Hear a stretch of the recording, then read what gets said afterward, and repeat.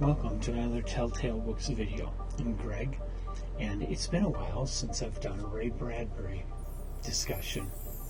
I started going through Bradbury's entire bibliography, and I got up to, where did I get up to? Number 3, and stopped. Because I just got myself sidetracked onto a lot of other interesting stories and books and such. And so I'm getting back to it now. Another one, it's a work of fan fiction. Now, he hasn't yet published professionally, but in 1939, in his Futuria Fantasia fan magazine that Bradbury edited and published, he wrote a story titled The Pendulum, which he later would, in collaboration with Henry Haas, write a story titled Pendulum and publish it professionally. We'll see when we get to it if it is a rewrite of this early story. But Bradbury wrote this and published it in his fan magazine. I have the Futuria Fantasia fan magazines in this nice volume with a really cool Hannesbach cover painting, simply titled Futuria Fantasia, Ray Bradbury editor. And it is just reproductions of the mimeographed pages of that original magazine, and I assume they've been cleaned up quite a bit. So this is an interesting book if you can get a hold of it. It's not currently in print. It's out of print now, but it's a really good book. I didn't have a difficult time getting a hold of it, and I didn't think it was all that terribly expensive. But this isn't professional work. This is fan fiction. You got to understand that. Before you go and buy it, you're not going to get something polished like Something Wicked This Way Comes. So anyway, The Pendulum is Bradbury's fourth published work, published in Futuria Fantasia in the fall of 1939, and just a very short story. And what happens in it is a guy invents a time machine, and he invites a lot of noted scientists and a lot of other important people to come and see a demonstration of his time machine.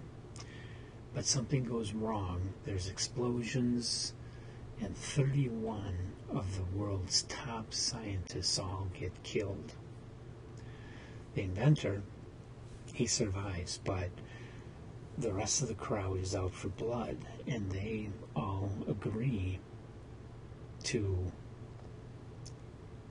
put his time machine back together in a certain way and put him in it and keep him in it, where he will swing back and forth through time for all eternity. Quite an interesting concept, quite an interesting idea. The story, of course, is too amateurish to really do it justice, but it's a really cool idea. And a very disturbing story. And it's not bad written, it's just not fleshed out, you know. You don't get characterization, you don't get much of a sense of the place and time. You don't get enough description. You really just get the idea.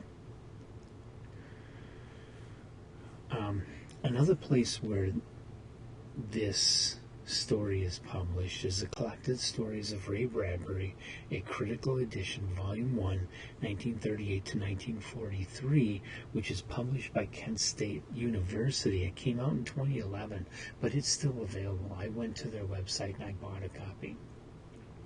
So you can get The Pendulum in that book, which is a great, it's a university book, so it has a lot of critical material. It's got a lot of excellent stories from from that entire early period of Bradbury's career.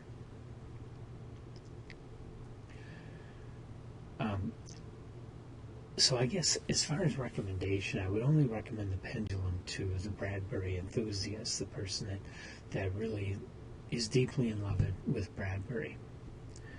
That's the person I would say should spend the time and money to track this down and read it. Everyone else, it's too slight of a story and too simple of a story and still too amateurish to be able to recommend it to you. So have you ever read The Pendulum? Not Pendulum with Henry Hess, mind you, but The Pendulum, published in his fan magazine. If you have, let me hear what you think. Put your comments in the comments section of this video. And come on back.